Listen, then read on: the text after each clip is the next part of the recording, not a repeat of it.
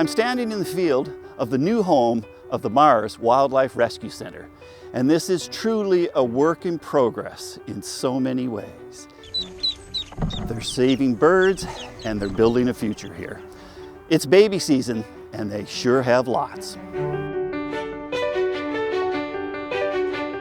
The Rescue Center gets a lot of calls at this time of the year about baby birds that appear to be abandoned.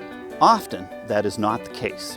So right now we get a lot of calls about young crows and ravens. So far it's mostly been ravens, but crows, ravens, Steller's jays, robins, there's many species of bird. They don't actually get flight directly from the nest.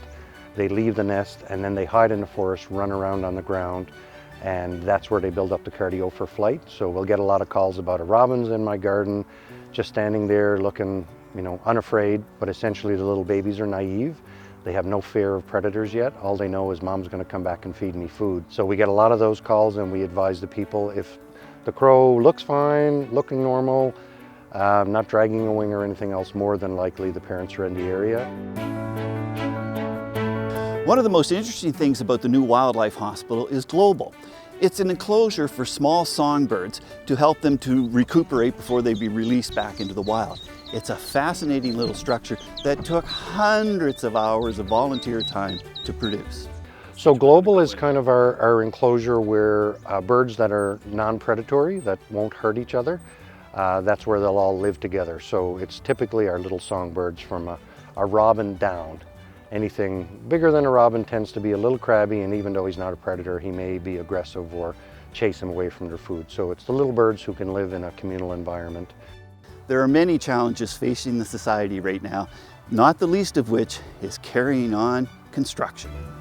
The winter that never ended has been probably a problem that we couldn't foresee.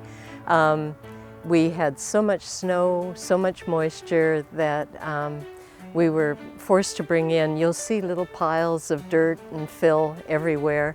So we were bringing in truckloads of fill, all kinds of gravel, just to cope with the weather.